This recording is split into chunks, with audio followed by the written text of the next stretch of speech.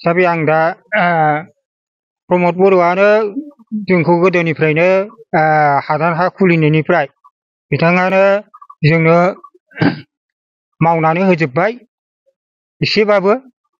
बेनिखायनो दा जों बे एसे बाखि थानायखिनिखौ जाहाथे जोंल' थायालासिनो बै गुबुन बाखि थानायफोरखौबो बिथाङा सोसनना लाजोबगोन, सोसनना होजोबगोन।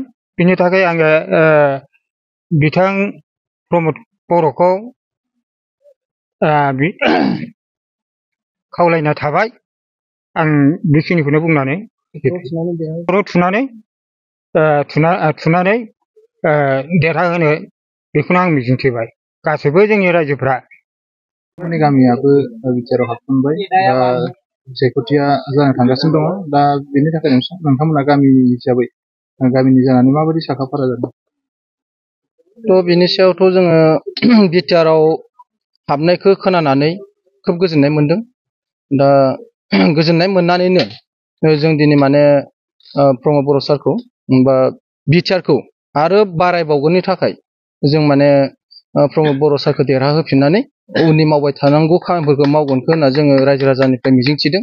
जोंजों लोगोसे आरो जोंनि बिदा फंबायफोरा जोंनि साखाथियावनो दं हिसाबै बिथांमोनखौबो उननि समाव जा प्रमद सारा सरकार फैफिननानै आरो गासिबखौबो बिटिआरआव सोसननांगौखौ जों माने आसा खालामदों। दा बेखायनो जों गोजोननाया बेखौनो फोरमायदों प्रमद बर' सारनिसिम जों माने बिटिआरआव हाबनो थाखाय खोब गोजोननाय मोनदों।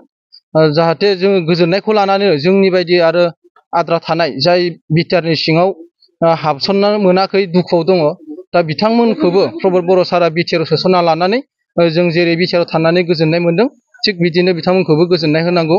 आरो लोगोसे बेखौनो बुंनो थाङो जे जोंहा दिनै बिटिआरआव हाबबाय होनानै एबार फार्स्ट माने बिटिआरनि मुङाव जों आरो भट होनो मोनसिगोनखाय आरो साबसिन गोजोननाय मोनबावदों। आरो जिहेतु नोंथांमोननि ओनसोलावहाय गुबुन गुबुन दोलोनि राजखान्थि हान्जाफ्रा फैगासिनो दङ, दा बेनि सायाव नोंथांमोना सोरबायदि हान्जाखौ हेफाजाब होनो थाखाय थाग थियारि जादों? जोंनिफ्रायथ' जोङो हाथरखिपारा गामि हिसाबै जोंनि सनितपुर जिल्ला दिखाजुलि ओनसोल, दा बेयाव जों हाथरखिपारा गामि जोंनि गामिया। दा बे हिसाबै जोङो इउपिपिएल दोलोखौ जोङो सापर्ट खालामगोन। माने दा इउपिपिएल दोलोखौनो जों सापर्ट खालामनानै आरो प्रमद बर' सारखौनो देरहाहोफिननानै जोङो माने उननि मावनो गोनां हाबाफारिखौ मावफुंलांगोनखौ जों मिजिंथिनानै दा माने गोजोननायखौ जासिदों आरो।